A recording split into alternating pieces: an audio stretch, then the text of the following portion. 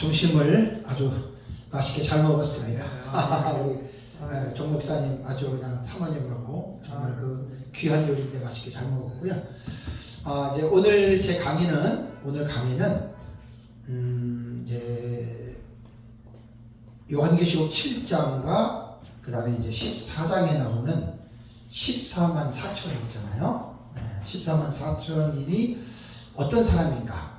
그래서 이제 7장의 본문과 14장의 본문이 동일한 인물이기 때문에 그 사람들에 대한 이제 부분을 가지고 말씀을 살펴보면서 전 시간에 제가 말씀드린 대로 7장의 내용만 가지고는 14만 4천이 하나님의 종들이라고 하는 말 외에는 그들이 어떤 사람인지 우리가 구분을 못해요. 그러니까 이것저것 막 갖다가 붙이면 그럴듯해요. 그럴듯한데 14만 4천이 14장에 나오기 때문에 14장 1절과 5절을 잘 읽어보면 그 14만 4천이 7장에서는 땅에 있었고 14장에 오면은 이들이 천국에 올라간 사람들입니다. 그러니까 그 7장과 14장의 그 공백이 있잖아요. 그 기간 동안에 이들이 무엇을 했고 어떻게 시온산에 올라가 있는가. 그러고 나서 이제 4절과 5절을 보면은 이 사람들은 하면서 14만 4천이 이 세상에서 어떠한 삶을 살았던 자들인지에 대한 정보를 5가지를 딱 소스를 줍니다. 그래서 그 5가지를 잘 읽어보면은 5가지 내용을 크게 3가지로 딱 분으로 묶는다면 제가 책에 나온 대로 신앙적인 자질과 그 다음에 신앙적인 자질과 그 다음에 인격적인 자질로 3가지를 제가 묶어가지고 제 책에도 제가 그렇게 썼습니다. 그래서 14만 4천은 지난 시간에도 말씀을 드린 대로 거의 모든 사람들의 해석이 구원받은 사람들의 총수로 봅니다. 그 사람들이 14만 4천은 구원받은 자다. 그리고 이제 문자적인 해석에 조금 치우친 사람들은 12지파가 나오니까 유대인들의 구원받은 사람, 혹은 이제 리처드 복건 같은 경우는 세대주의자는 아니지만 유대인들의 마지막 시대의 메시아 군대다 이렇게 이야기를 하고, 키들 같은 경우는 이 사람들은 성도들이 되는 게 아니고 순교자들이다. 왜냐하면 보통 사람들이 아니거든요. 그게 맞는 거예요. 그냥 구원받은 자다라고 하는 말은 그냥 보편적으로 대체적으로 성경을 연구하지 않는 사람들이 그냥 들은 풍월로 구원받은 사람이 14만 4천이라고 이야기를 하는데 14장 4절과 5절을 본문을 깊이 있게 들어가 보면 구원받은 사람들이 될 수가 없습니다. 그래서 지난 시간에는 제가 여자와 더불어 더럽히지 아니하고에 대해서 여자라고 하는 귀네라고 하는 이 헬라어 단어는 이제 문자적으로 볼 때는 불법적인 성애에 탐닉하거나 혹은 돈 때문에 어떤 성적인 그 일을 행하는 자들을 창녀라고 이야기를 하잖아요. 그렇지만 이거는 문자적으로 읽을 게 아니라 비유적으로 읽어야 됩니다. 비유법으로 보면 은유적인 용법으로 읽어야 되는데 은유적인 용법으로 읽는다면 여자는 요한계시록에서 무엇을 비유하냐면 교회를 말을 합니다. 그래서 이제 교회가 요한계시록에는 촛대교회와 음료교회가 있다라고 말씀을 드렸어요. 그러니까 여자와 더불어 더럽히지 아니했다라고 하는 말을 문자적으로 읽으면 여자와 성관계를 하지 아니한 동정남이다. 그러면서 그들이 충성된 자들이 마지막 때 14만 4천 하나님을 쓸 것이다라고 해석하는 사람들이 의외로 있어요. WBC의 데이비드 아우네, 온이라고 돼요. 온이. 우리말로는 그냥 아우네인데 영어로 말할 때는 온이라고 그러더라고요. 온이. 그래서 내가 데이비드 아우네 그러니까 이제 우리 아들도 목사가 됐거든요. 그러니까 막 웃어요. 이거 온인데 아우네라고. 그 우리말로 그냥 책에 그래 썼으니까. 그러니까 온이라고 돼요. 온이. 그러니까 아우네하고 온이는 전혀 다르잖아요. 근데 같은 사람이에요. 그러니까 데이비드 아우네 같은 온이 같은 경우는 그것을 문자 그대로 성적인 관계를 맺지 아니한 동정남. 그들이 14만 4천이다. 이렇게 해석을 하는 거예요. 그게 대학자야, 대학자. 내가 갖고 있는 계시록에서 제일 2400페이지면 제일 분량 많은 책을 쓴 사람이거든요. WBC 주석 아무나 선택 안 합니다. 그런 세계에서 제일 그 방면에 전문가들을 하잖아요. 그분은 그렇게 또 얘기를 해요.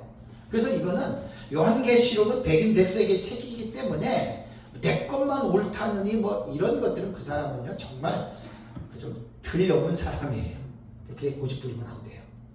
그래서 폭넓게 봐야 되고, 이제 그게 뭐냐면 여자적으로 더럽히지 않았다라고 하는 말은 비유적인 의미로는 신학적인 자질에서 하나님의 말씀을 변질시키지 아니하고, 음녀는 하나님의 말씀을 변질시킨 사람들의 공동체를 음녀라고 하거든요. 그것은 이제 헬라어로는 포르네입니다. 포르네. 그게 이제 귀내는 아까 내가 말 실수했어요. 귀내는 일반적인 여자를 가르치고 초혼이든지 기혼이든지 그게 이제 귀내고, 포르네는 이제 음녀란 말입니다. 아까 내가 좀 바꿔서 얘기를 했는데, 아이고 나이가 들면 좀 그래요. 좀 잘 알아서 들으셔야 돼요.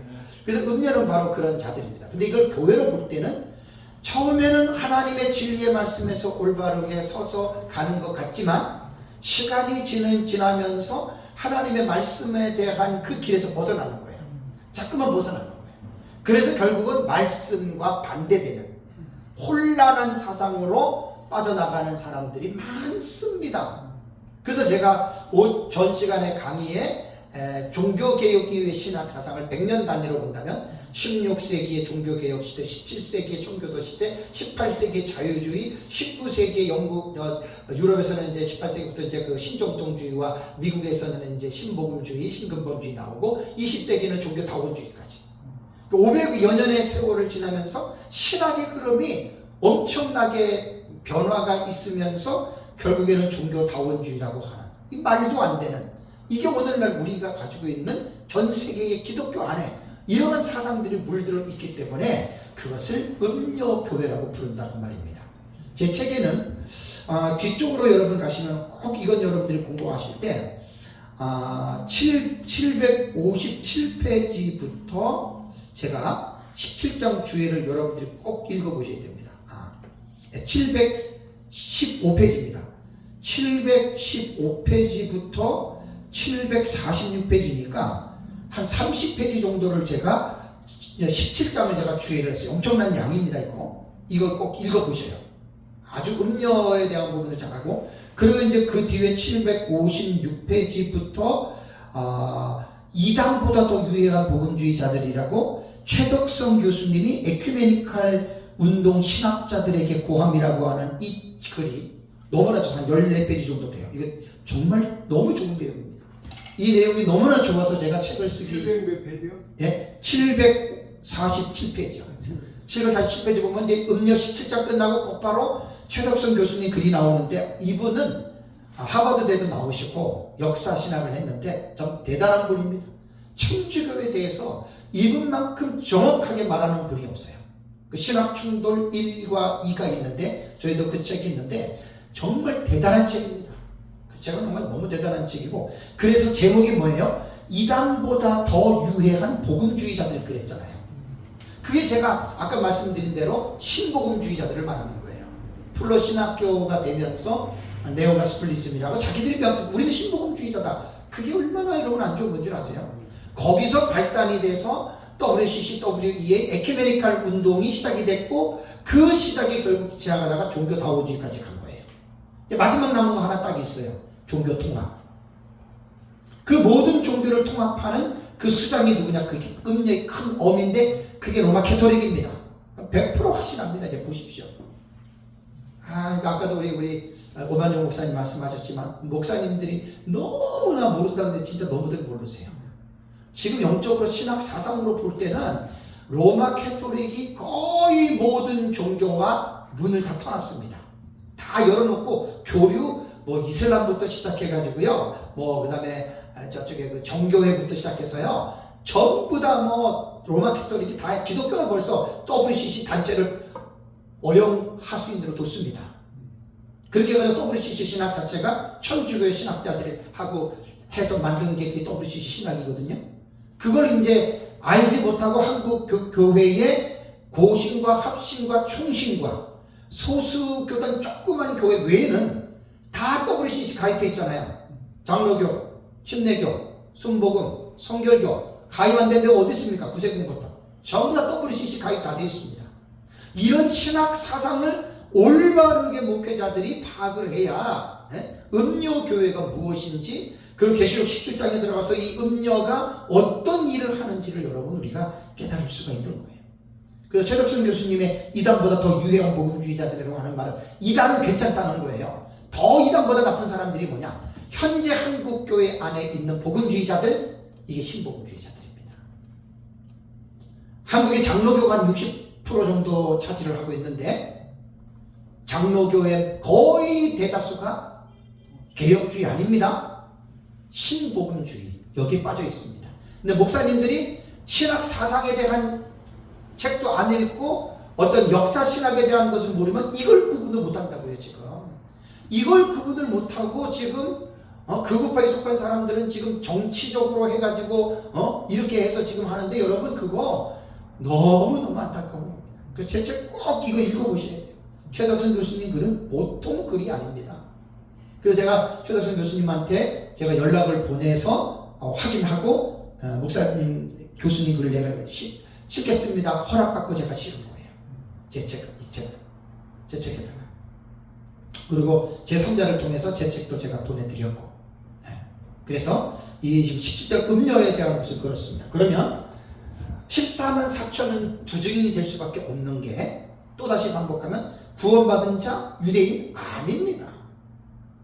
첫 번째는 신학적인 자격으로 그렇다고 해서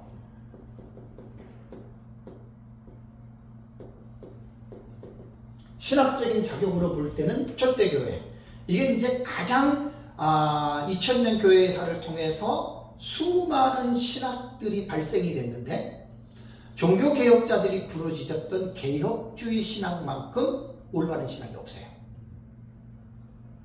이거는 알메니안이나 이런 사람들은 이제 무슨 얘기냐 그럴 텐데 누가 뭐라 그래도 그거는 사실입니다. 신학적인 자격은 이렇게 논하고요. 두 번째 제가 이제 4절에서 보는 게 뭐냐면 신앙적 자격입니다.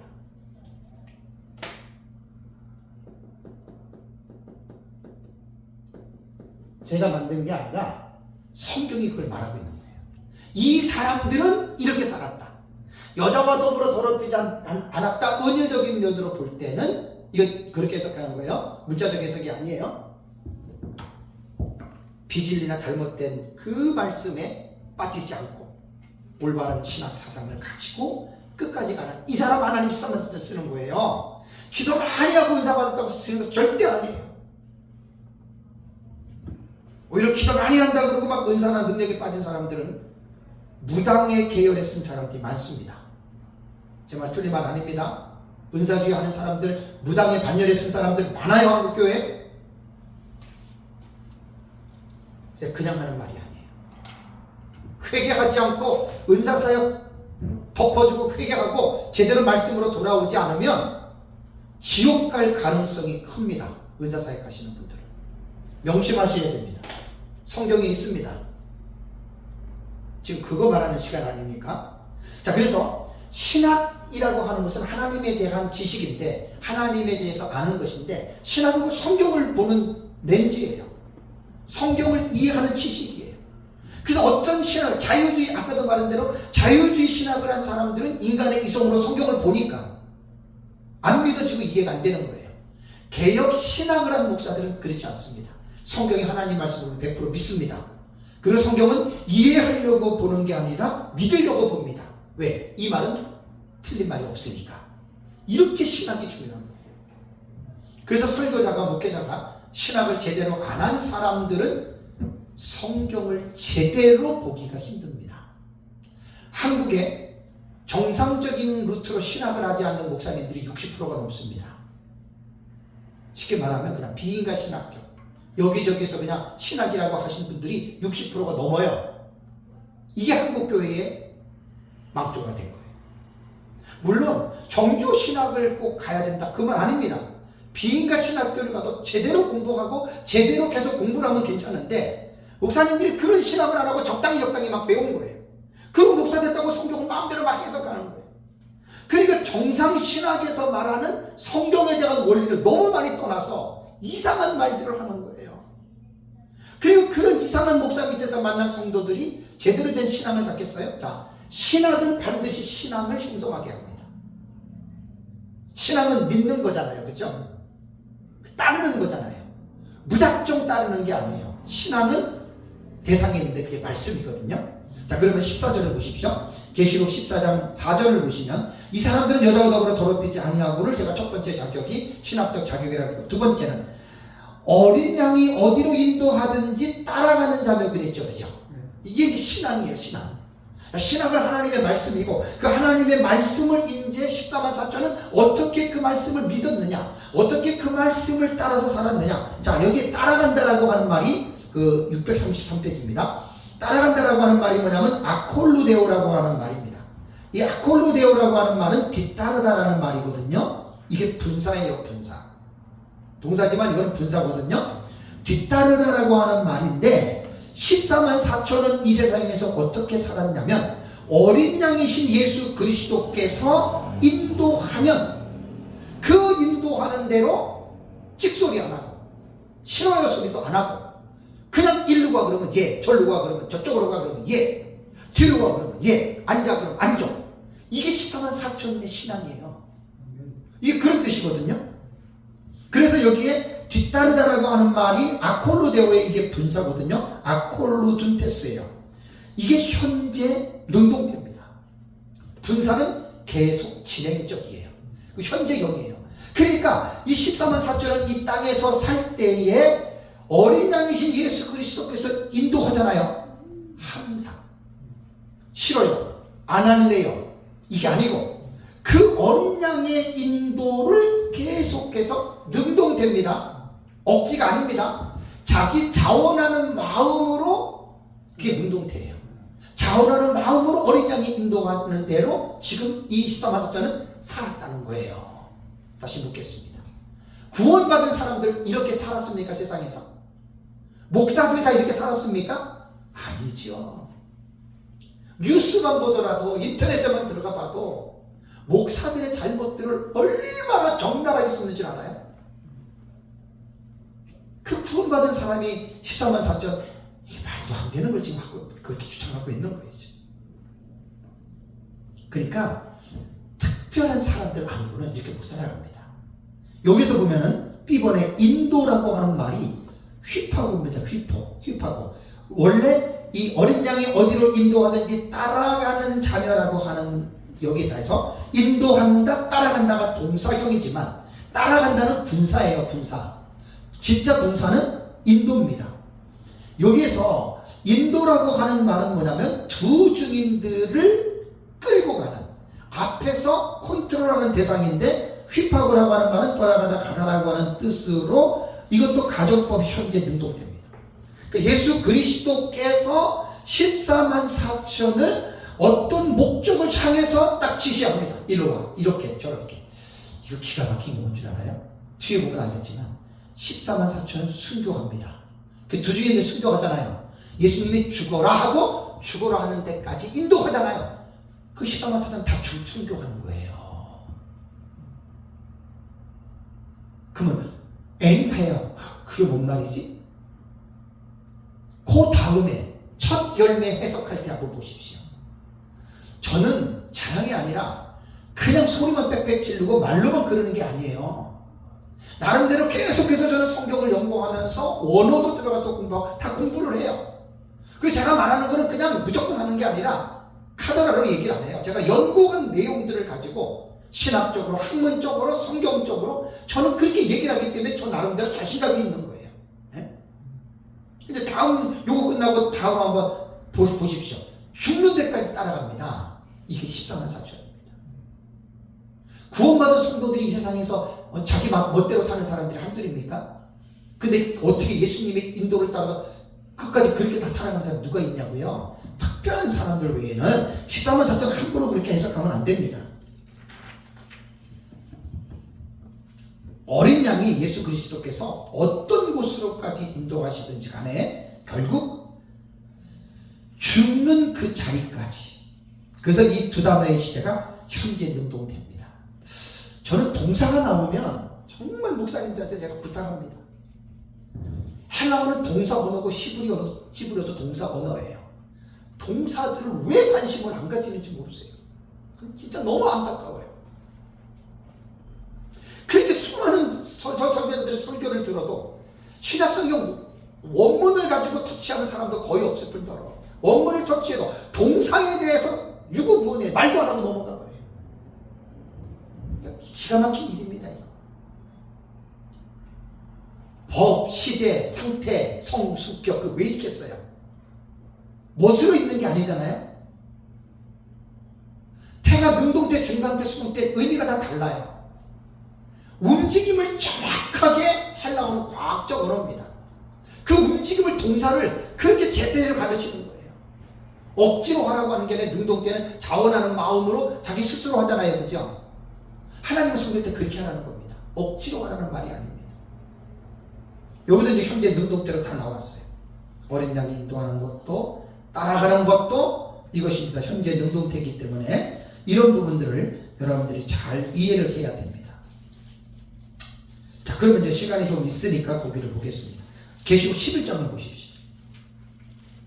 이게 이제 조금 전에 말한 게 그건데,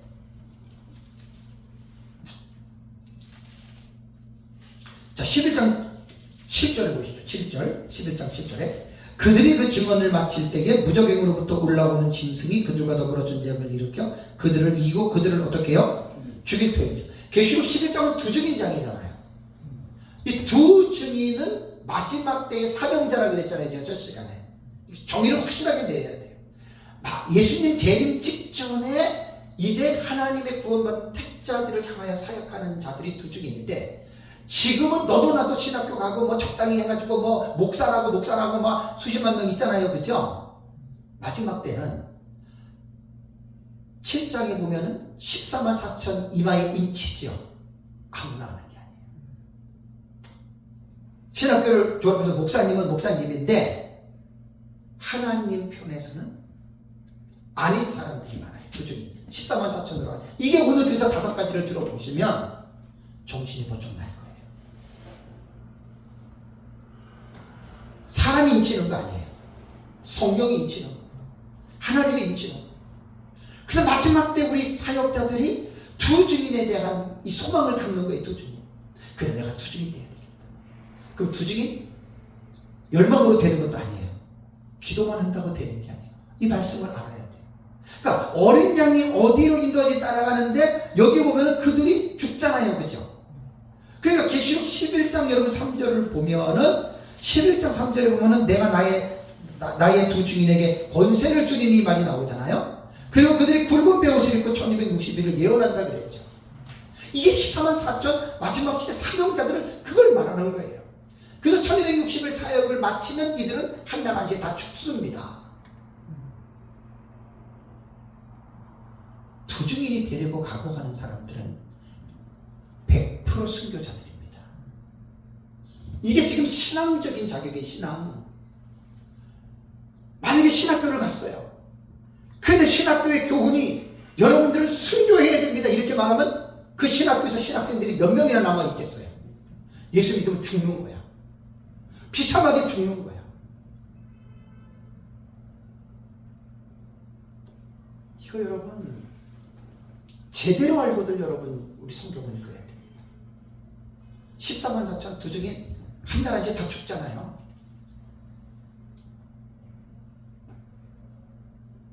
참. 그래서 아까도 말씀드린 대로 계시록 14장 4절과 5절은 5가지 자격. 이게 모든 신학교들이 이 5가지를 신학교의 교훈으로 삼아야 돼요. 여자와 더불어 더럽히지 말아라. 어린 양이 어디로 인도하든지 너희는 따라가라. 학생들한테 네 멋대로 마음대로 하지 말고 교회 크게 부흥시켜가지고 잘 먹고 잘 살고 그 사기꾼도 도둑은 되는 거예요. 어린 양이 순교의 자리까지 인도하더라도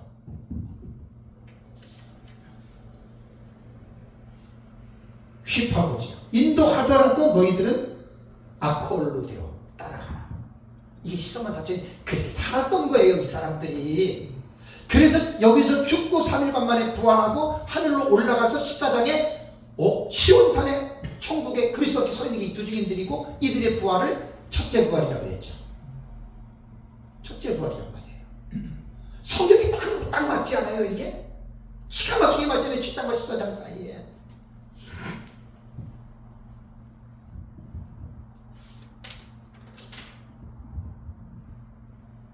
이게 신앙입니다. 신앙. 그러니까 신학이 신앙적인 자격에 영향을 미치는데 어린 양의 인도를 따라간 사람들이다. 이게 지금 14만 4천이에요. 두 번째가 뭐예요? 634페이지입니다. 사람 가운데의 속량함을 받아 처음 익은 열매로 하나님과 어린 양에게 속한 자들이니. 어떻게 보면 이게 특별히 안 들어오는데 이제 설명을 들으면 이해가 돼요. 자, 설교는 성경 해석하는 게 설교입니다. 성경을 깊이 있게 해석해 주는 게 그게 설교란 말이에요. 그게 진짜 설교예요. 성경 읽어보고 적당히 얼버무리고 마는 거는 그건 명확한 설교가 아니에요. 자, 그럼 한번 이제 제 책을 보시면, 자, 여기에 보면은 속량함을 받아 그랬습니다. 모든 사람이 아니고 사람 가운데서 속량함을 받았다 그랬죠. 그죠? 여기는 불신자보다는 불신자로 봐도 돼요. 왜냐하면 그 속량함의 의미가 보면 헬라어의 이 원래 의미는 아고라조입니다. 아고라조. 속량이라고 하는 단어가, 이 아고라조는 영어로 말하면 바이, 사다라는 거예요. 그러니까 이 단어는 노예시장에 관한 그 시대의 전문 용어를 반영한 것으로 학자들은 봅니다. 언어사전에 들어가면. 그러니까 여기서 사람 가운데 속량을 받았다라고 하는 말은 14만 4천이는 예수 그리스도의 십자가의 피값으로 구속함을 받은 자들이다. 구원받은 자들이에요. 그러니까 보세요. 사람 가운데서 속량함을 받아, 요까지는 이들이 14만 4천은 예수 그리스도를 믿고 피값으로 구원을 받은 자들이라는 말이 맞는데, 그 다음 말을 해석을 잘해야 돼요. 속량함을 받아 어떻게 해요? 처음 익은 열매로 그랬죠. 그죠? 요 속량함을 받은 사람이 구원받은 사람 전체냐, 아니면 그 구원받은 사람들 가운데에 또 다른 부류냐, 요 문구가 해석이 설명을 해주는 거예요. 자, 처음 익은 열매는 아파르케입니다. 아파르케. 여기 네, 아파르케예요. 요 아파르케라고 하는 단어에 여러분 관심을 가지셔야 됩니다. 요 아파르케라고 하는 말은 뭐냐면 첫 열매를 말합니다. 첫 열매, first fruit예요. 처음 익은 열매, 첫 열매거든요. 자, 이 단어는 신약 성경에 8번 나옵니다. 그러니까 제가 원어사전에 들어가서 단어를 설명하고 이 단어가 몇 번 쓰였고 어떤 용례로 쓰였고를 다는 아니지만 언급하는 이유는 어떤 단어는 2가지의 의미도 있고 3가지의 의미도 있고 5가지의 의미도 있고 10가지의 의미가 있을 수 있어요. 그러니까 3가지 의미라고 해가지고 이 단어가 3가지로 다 쓰이는 게 아니고 문맥에 따라서 딱 1가지만 쓰입니다. 그걸 찾아내야 되는 거예요. 그걸 학자들이 하는 거예요. 학자들이. 그래서 거기 635페이지에 보면 신약 성경이 8번 나오는데 8번 나온 거를 제가 원어 사전에 들어가서 이제 A, B, C로 제가 구분을 했습니다. 이 아파르케가 어떻게 쓰였냐면 첫 번째는 제사하는 처음 익은 곡식가루, 로마서 11장 6절에 제사하는 곡식가루가 거룩한 즉 떡도기도 그러하고, 여기에서 곡식가루를 이 아파르케라고 하는 단어를 썼어요.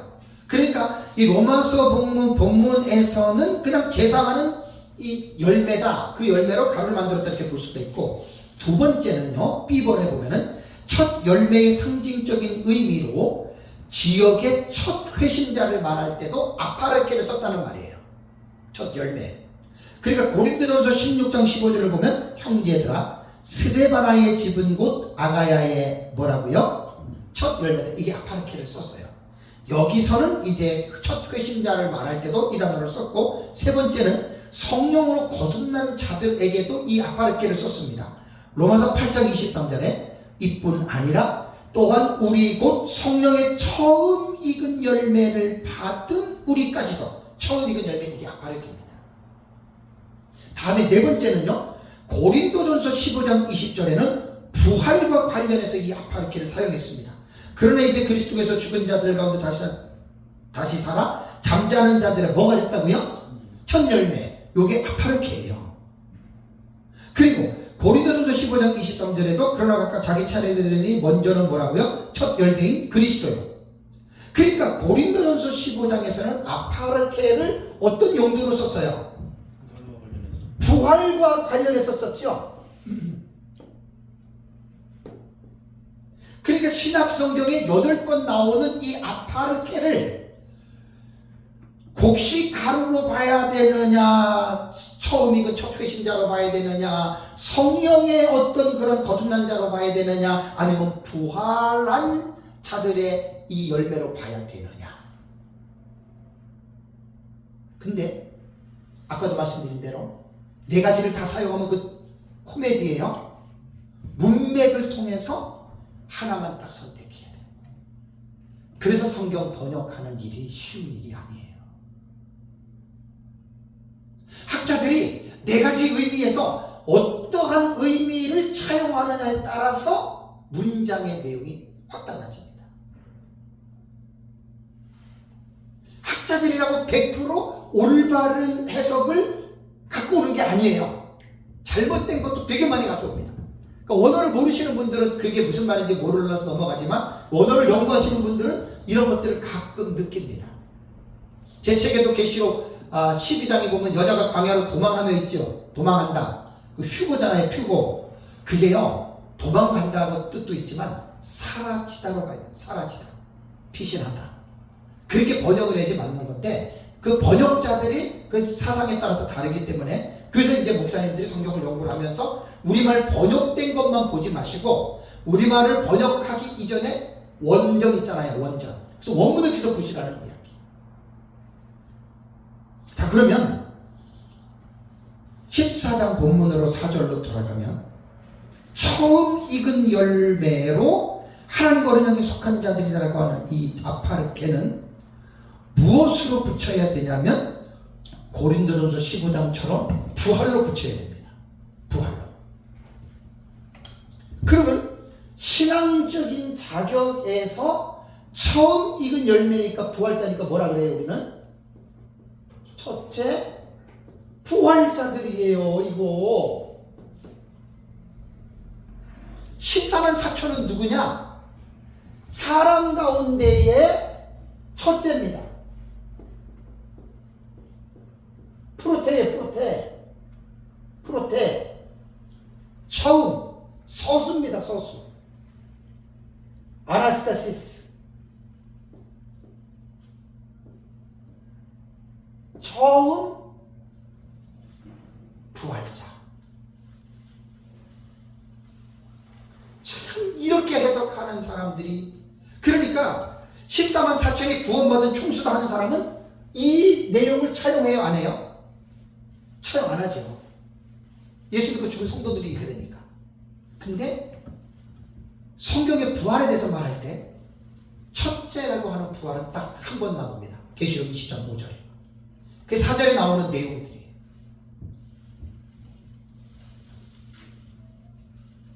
그래서 첫째 부활자는 순교자들 외에는 없다는 말이에요. 그게 계시록 20장 4절에 나오잖아요.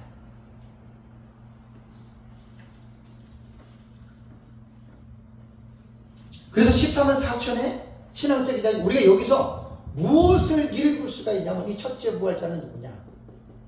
순교자들입니다. 그러면 14만 4천은 어떤 신앙을 가졌다고요? 아까 앞에서 말하면 어린 양이 어디로 인도하든지 끝까지 따라갔죠. 어디까지 따라간 거예요? 순교할 때 죽는 자리까지. 이들이 신앙이 어떤 신앙이에요? 보통 신앙 아니죠.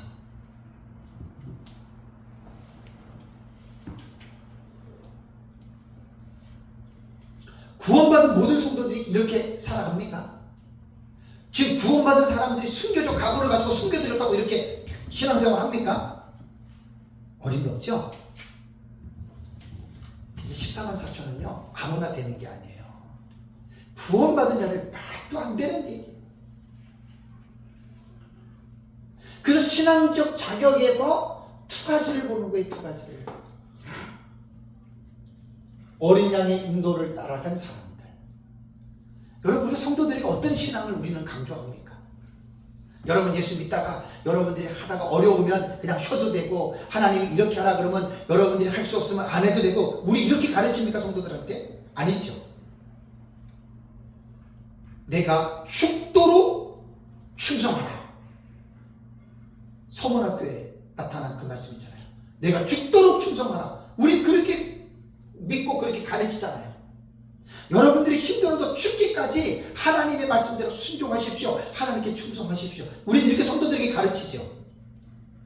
근데 그렇게 사는 사람들은 의외로 많지 않아요. 목사들도 마찬가지예요. 그렇게 사는 사람 그렇게 많지 않아요. 그러니까 14만 4천은 세 번째 자격, 크게 두 번째 군으로 올 때 신앙적 자격에서 순서로 말하면 세 번째 자격인데, 순교의 각오를 가지고 이 땅에서 살았던 사람들이고 결국 순교했던 자들입니다. 이런 사람들이 어디 있을까요? 그러니까 이게 바로 첫째 부활자라는 얘기죠. 자, 요한계시록 20장을 가보십시오. 자세하게 봐야 되겠네요. 20장 4절. 자, 4절 한번 읽겠습니다. 시작. 또 내가 보좌들을 보니 거기에 앉은 자들이 있어 심판하는 권세를 받았더라. 또 내가 보니 예수를 증언함과 하나님의 말씀 때문에 목배임을 당한 자들의 영혼들과 또 짐승과 그의 우상에게 경배하지 아니하고 그들의 이마와 손에 그의 표를 받지 아니한 자들이 살아서 그리스도와 더불어 1000년 동안 왕노릇하니라는 말이 나오죠. 그죠? 지금 계시록 20장 4절과 이 6절은요 정말 중요한 부분입니다. 계시록 20장은 여러분 우리가 볼 때 이게 천년왕국이라고 그러잖아요. 그죠? 20장 1절과 3절을 보면은 천년왕국이 시작되기 전에 천사가 내려와서 쇠사슬을 가지고 마귀를 잡아가지고 무적에다 집어넣고 잠그죠. 그죠? 천년이 차기까지 못 나오게 잠그죠. 그리고 4절과 5절과 6절은 보좌에 앉아서 심판하는 자들을 본 거예요. 딱 두 가지.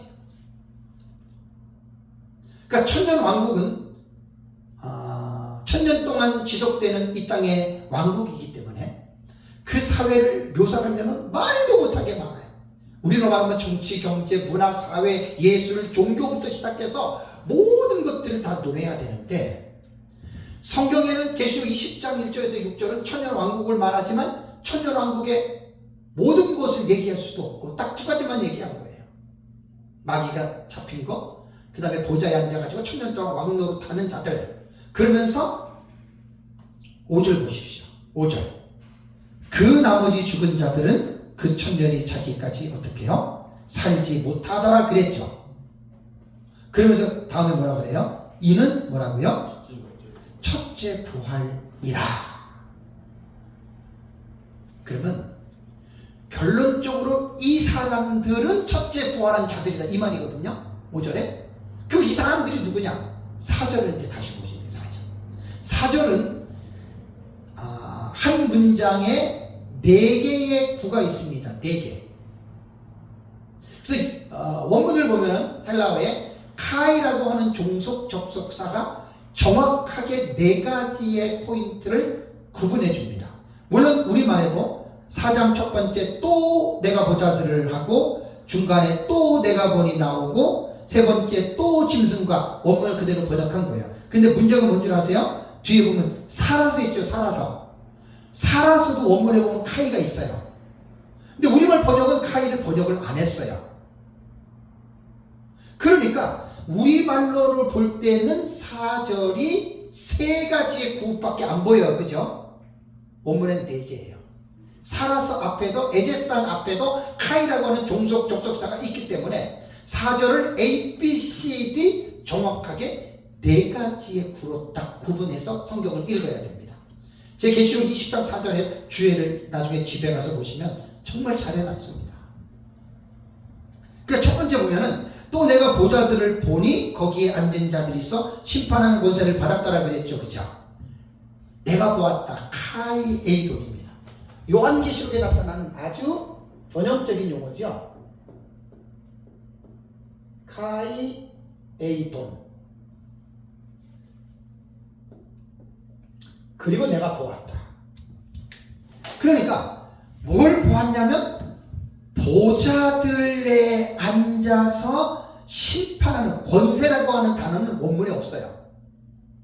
그냥 보좌에 앉아서 심판하는 그들을 보았다 이거예요. 권세는 없어요. 우리말에 그냥 집어넣은 거예요. 이제 계시록 20장 그 주의 책을 보면 그 말이 나옵니다. 그러니까 그걸 본 거예요. 그 다음에 두 번째 구가 뭐죠? 또 내가 보니 그랬죠. 그죠? 여러분 어떻게 생각하세요? 첫 번째 보좌에서 심판하는 자들을 보았고 그 다음에 또 봤어요. 근데 그 내용이 뭐죠? 예수를 증언한 하나님의 말씀 때문에 목배임을 당한 자들의 영혼들을 보았어요. 여기서 하나 풀고 넘어가야 돼요. A절에 말한 보좌에 앉아서 심판하는 자들을 보았고 또 봤는데 예수를 증언한 하나님의 말씀 때문에 목배임을 당한 순교자들이거든요. 그러면 첫 번째 본 자들과 두 번째 본 자들이 같은 자들이에요? 다른 자들이에요? 다른 자들. 네? 그 순교자들 같은 사람들인데 예. 다른 부류. 같은 사람이에요. 제 책을 잘 보세요. 아주 자세하게 해놨어요. 그 신학자들마다 다른 부류다, 다른 사람이다, 다른 같은 사람이다 이렇게 얘기를 하는데 제 책에 보면은 아우토이스라고 하는 게 나오거든요. 아우토이스의 상단에 세미콜론이라고 점이 딱 찍혀 있어요. 헬라 보면 단어 밑에 콤마가 있고 상단에 찍힌 걸 세미콜론이라고 하거든요. 의미가 달라요. 모양도 다르잖아요. 그죠? 위에 찍히고 아래 찍히고. 세미콜론은 부연, 부가적으로 혹은 세묘, 세부 묘사예요. 정확하게 알란드판 넷을 알란드판하고 스테판 사본을 보면은 사본상 차이가 있어요. 제 책에 다 20장 4절에 자세하게 해놨어요. 그래서 저는 스테판 사본을 딱 보니까 스테판 사본이 훨씬 더 이걸 정확하게 해놨어요. 그러니까 20장 4절을 A, B, C, D 구절로 보면 스테판 사본에는 A 마지막 단어에 세미콜론, B에 세미콜론, D에 세미콜론 3개가 찍혀 있는데 넷을 알란드판은 하나만 딱 찍혀 있어요. C가 D에 하나만 딱 찍혀 있고 나머지는 콤마로 처리를 했더라고요. 자, 그러면 세부 묘사로 봐야 돼요. 이 콤마로 볼 때. 그러니까 요한이 처음에 딱 봤는데 보좌들을 봤는데 심판하는 자들을 봤어요. 또 내가 봤다라고 하는 말은 다른 사람을 본 게 아니라 처음에 봤던 그들을 자세하게 본 거예요. 자세하게. 저들이 누구지? 봤는데 사람이 있어. 근데 누구지? 하고 자세하게 보았다. 그렇게 봐야 되는 거예요. 보면. 이게 세미콜론 용법으로 하는 거예요. 아우토이스에 딱 찍혔어요. 저는 언어를 잘 못해도 계속 공부를 하고 있기 때문에 이 잘하는 사람한테 내가 의뢰를 했어요. 그분이 저한테 설명을 해줘서 제 책에 뜬 거예요.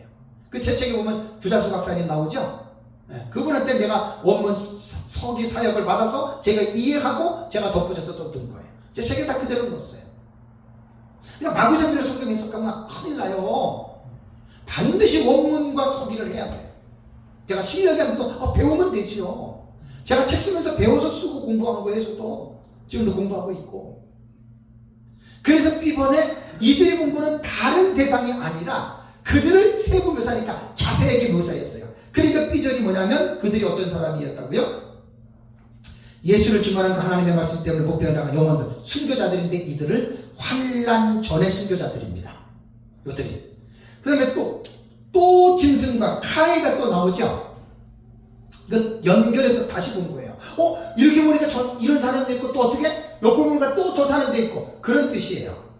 짐승과 그의 우상에게 경배하지 아니하고 그들의 이마와 손에 그의 표를 받지 아니한 자들이 그리고 살아서 이렇게 번역을 해야 되는데 우리말 번역이 카이를 빼먹었어요. 그래서 헷갈리는 거예요. 우리말 성경을 읽으면. 원문을 보세요. 정확하게 살아서 앞에 카이가 딱 들어갑니다. 그러니까 끊어야 돼요. 그러면 짐승과 그의 우상에게 경배하지 아니하고 그들의 이마와 손에 그의 표를 받지 않았던 자들 하면 요한계시록을 아는 사람은 딱 떠오르는 게 있죠. 지금 이 시츄에이션이 뭐예요? 뭐가 생각이 나요? 짐승과 그의 우상? 그 다음 이마에 그의 표? 계시록 몇 장이 생각나요? 13장이 생각나잖아요. 13장. 땅에서 올라오는 거짓 선지자가 바다에서 올라온 짐승을 우상을 만들어 놓고 경배하라 그러고 그 다음에 경배하지 않으면 이마와 손에 표를 받게 하고 이마와 손에 표를 받지 않는 자들에게는 매매를 못하게 한다. 그 생각나잖아요. 그러니까 이 시 구문에 해당되는 짐승과 그의 우상에게 경배하지 아니하고 그들의 이마와 손에 표를 받지 않았다고 하는 말은 특정한 시대를 딱 묘사하고 있는 거죠. 그러니까 이게 계시록 13장에 나오는 후 3년 반에 들어가는 한 일의 기간 동안에 그걸 지금 말하는 거예요. 그러니까 전 3년 반 기간에 그러니까 여러분들이 뭘 이해를 하셔야 되냐면 짐승의 표를 강요해요. 그 짐승의 표를 받지 않으면 죽여요. 그 후 3년 반에 시작할 때 죽이는 거예요. 그럼 전 3년 반에는 뭐냐? 그럼 전 3년 반에는 전혀 짐승의 표나 666 표가 없이 가만히 있다가 후 3년만 딱 될 때 받아라 하느냐? 아니에요. 한일회가 시작되기 전부터 왜냐하면 이게 전 세계적으로 이루어지는 일들이기 때문에 어떤 하나의 큰 프로젝트를 전 세계적으로 시행을 하려면 뭘 먼저 해야 돼요? 계속 광고해야죠. 그러니까 전 3년만 시작될 때부터 서서히 이제 짐승 경배 문제라던가 666표라던가 이제 시작이 되는 거예요. 그러다가 이제 후 3년반 들어가기 직전에는 거기 이제 이것이 확정되는 단계에 들어가니까 그래서 여기 보면 그 짐승과 그의 우상에게 경배하지 않고 그의 이마와 표에 손에 그의 표를 받지 아니한 자들이 죽었다는 거예요. 이들도 순교자예요. 이들이 환난 중, 그러니까 7년 환난 중에 죽었던 순교자들은 바로 두 증인입니다. 그리고 그들이 살아서 이렇게 번역을 해야 돼요. 우리말 성경은 원문을 사역할 때는. 근데 그리고를 뺐잖아요. 그러니까 살아서 이렇게 말하는 거예요. 참 안타깝습니다. 학자들이 그 원문을 보시면 그런 것 정도는 해야 되는데 어떻게 헬라어 원문을 정확하게 카이라고 해서 4개의 구문으로 정확하게 그 구분이 되어 있는데 왜 여기는 왜 카이를 왜 뺐는지 몰라요? 그 우리말 성경 보는 사람 헷갈리잖아요. 얘들이 죽었는지 살았는지 살아서 그러니까. 그래서 이제 이걸 가지고 해석할 때 뭐 처음에는 순교자들이고 뒤에는 순교자들이 아닌 성도다 이렇게 해석들을 많이 한단 말이에요. 그거 아니에요. 순교자들이에요. 그래서 B절에는 예수의 증언과 하나님의 말씀 때문에 목배임을 당한 자들은 7년 환란이 시작되기 전에 죽었던 자. 그러니까 아벨부터 시작해서 지금도 죽는 사람들, 순교자들 전부 다 여기에 해당됩니다. 환란 전에. 엄청나겠죠, 그죠? 그리고 이제 또 내가 보니 짐승과 그의 우상에게 경배하지 않고 손과 이마의 표를 요거는 7년 환란 가운데 죽었던 순교자들. 그게 두 증인들이란 말이에요. 그들이 에제산 살아서 육체가 부활한 거예요.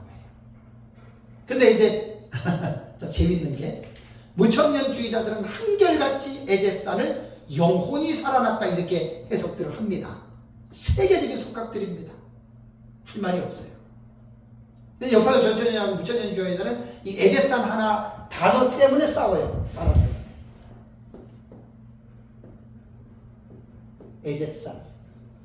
에제산.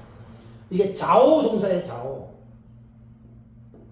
자오, 살다라고 하는 동사인데 이 동사에서 이게 에제산이 이렇게 파생이 됐거든요. 이거는 영혼이 살아나는 게 아니고, 근데 이제 무천년은 다 그렇게 해석을 하니까 뭐 그렇게 하나 그러고 우리는 그렇게 해석하는 게 아니라 죽었던 자들이 육체가 살아난 거예요. 그래서 부활이에요. 그래서 이걸 확실하게 증명하는 게 5절 다시 보시면 그 나머지 중에 천년이 찾지 못하라 하면서 이는 첫째 부활이라고 했죠. 그죠? 이는 첫째 부활이라. This is a first resurrection. 영어서는 이렇게 되어 있어요. 이것은 첫째 부활이다. 헤 아나스타시스 헤 프로테 헬라어로. 이 사람들은 첫 번째로 부활한 사람들입니다. 참 기가 막힌 거예요.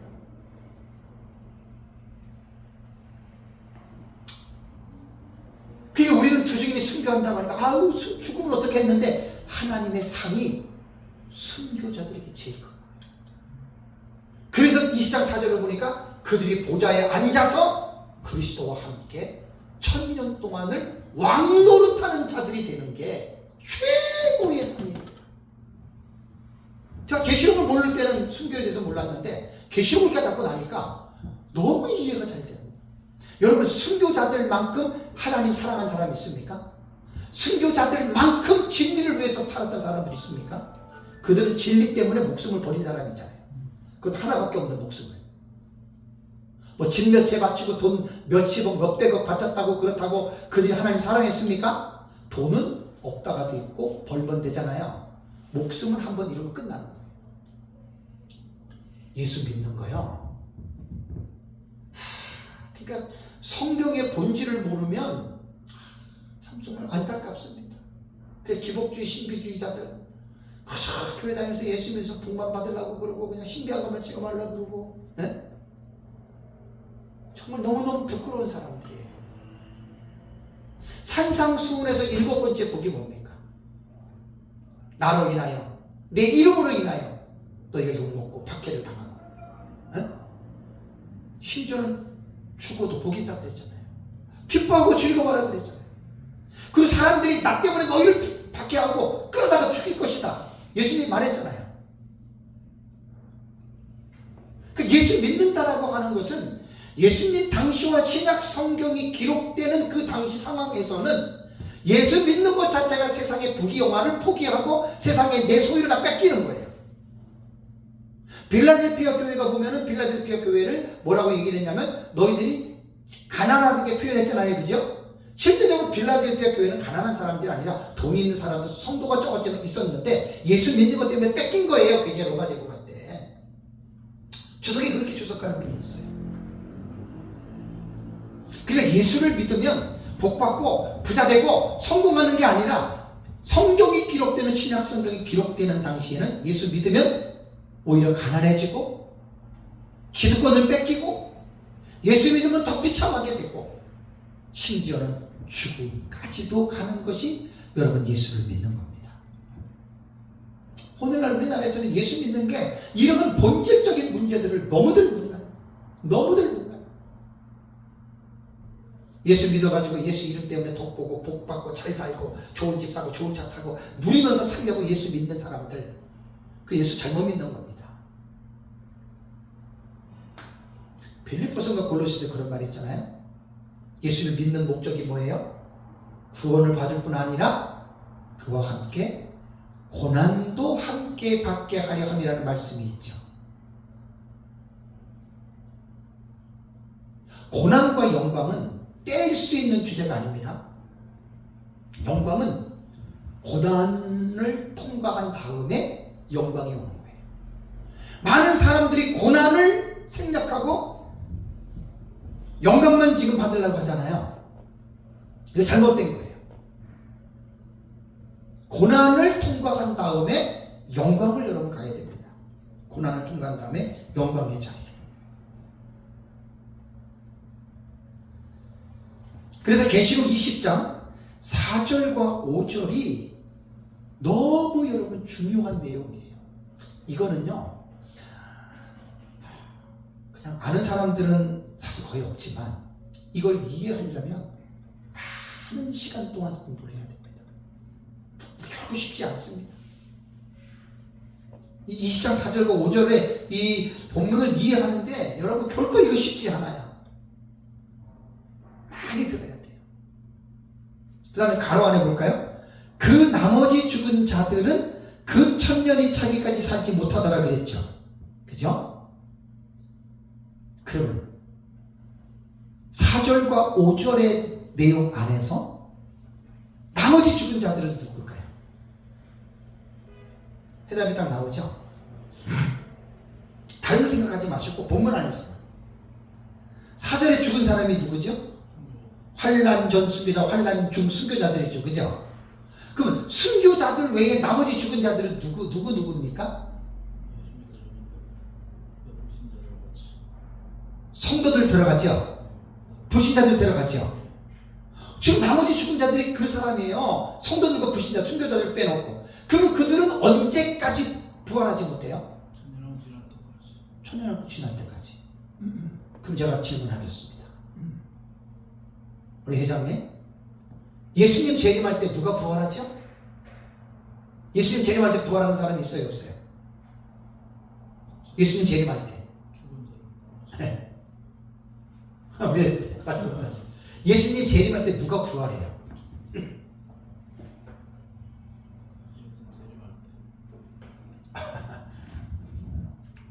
제가 지금 우리 교회에서 종말론 설교에 다 했던 설교입니다. 근데 되게 중요한 겁니다.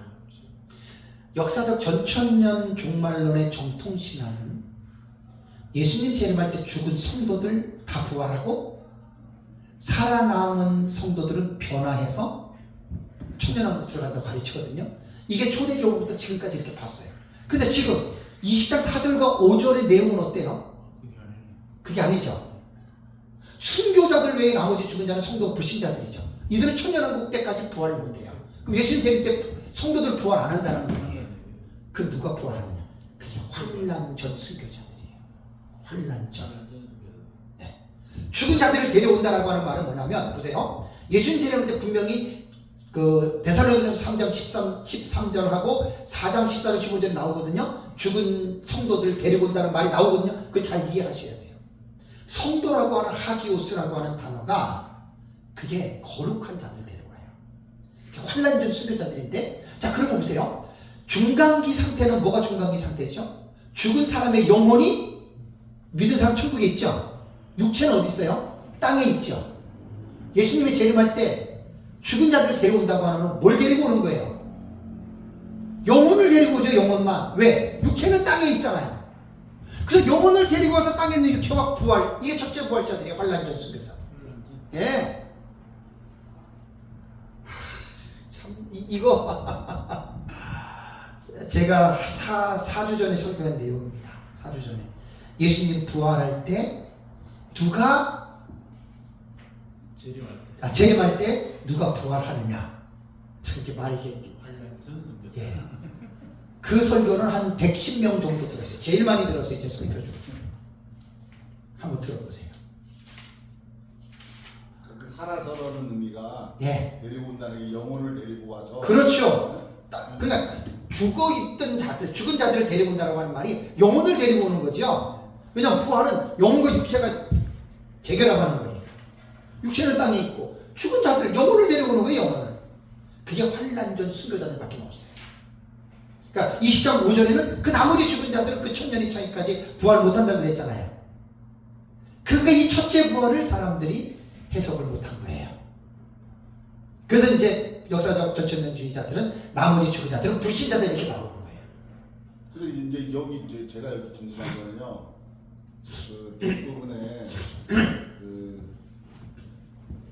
뭐죠? 표 받지 않고 이마에 받지 않는 것은 네. 후 3년 만에 일어나는 일이잖아요. 네. 네? 네. 그러면 두 증인이 죽었을 때 시점으로 끝나고 두 증인이 죽었을 때 예. 끝나고 후 3년 만에 죽는 것은 같다는 얘기가 그 뭐죠? 그 환난 가운데서 당연히 죽는 거거든요. 그게 이제 여자 남은 자손들. 예. 여자 남은 자손들 가운데에 그래서 죽는 거예요. 표 안 받고. 그러니까 표를 안 받고 있는 이미 두 증인을 통해서 모든 사역이 끝났잖아요. 그 두 증인들 사이만 끝난 거예요. 그러니까 두 증인이 끝나고 예. 사역이 끝나고 네. 그 다음에 저기 뭐죠? 후 3년만 개환란. 아니 이제 들어가잖아요. 이제 예비처. 그리고 이제 끝났잖아요. 모든 상황이. 그거는 초대교회만 끝난 거죠. 그러니까 종결됐는데 예. 그 나머지 이제 그 표현하기에는 이제 미련한 자들이 이렇게 떨어진다 이렇게 표현도 있거든요. 여자의 남은 자손들 그게. 그러니까 성경적으로. 미련한 자들. 예. 두 증인이 사역 같아도 그 준비되지 못해가지고 예비처로 들어가지 못한 자들. 예. 거기서는 이거는 당연히 죽는 거거든요. 이거는 순교의 개념이 아니다 이렇게 얘기하는 사람이 있거든요. 그렇죠. 그거는 그래서 그렇죠. 이 사람들도 데리고 온다, 이 사람들도 부활한다는 거는 조금 제가 봤을 때는 좀 그게 있다는 얘기죠. 그거는 우리는 죽는 부활하는 건데 걸로 안 보죠.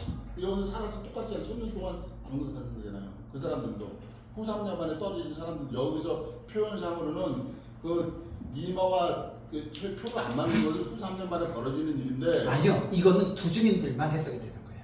첫째 부활자들이잖아요. 두 증인들만 여기서 또 짐승과 그 우상에 경배하는 그들과 이마와 손에 표를 안 받는 것은 후 3년 만에 벌어지는 일이잖아요. 아니죠. 전 3년 반 마치고 두 증인들이 전 3년 반 마치고 죽잖아요.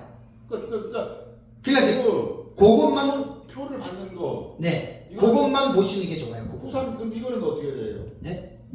표 이마와 손에 표를 받는 것을 안 받는 거 후 3년 만에 벌어지는 일인데 네. 이 사람들도 살아서 1000년 동안 안 놀았다 그러잖아요. 더불어서. 그래서 이제 그 부분은 5년 전에 6년 전에도 회장님이 질문을 계속했어요. 그러면 두 증인들 외에 후 3년 반에 짐승의 표를 안 받아서 죽는 이 사람들도 순교자로 집어넣어야 되지 않느냐 질문을 5년 전에도 몇 번 했거든요. 몇 번. 그래서 거기서 제가 결론을 내렸잖아요. 봐도 되고 안 봐도 되고는 자기의 견해로 이거는 가야 돼요. 꼭 이렇다 아니다라고 말할 수 없어요. 그러나 제가 보는 관점은 두 증인들 외에 여자의 남은 자손들 가운데에 그들은 짐승표를 안 받죠. 택자들은.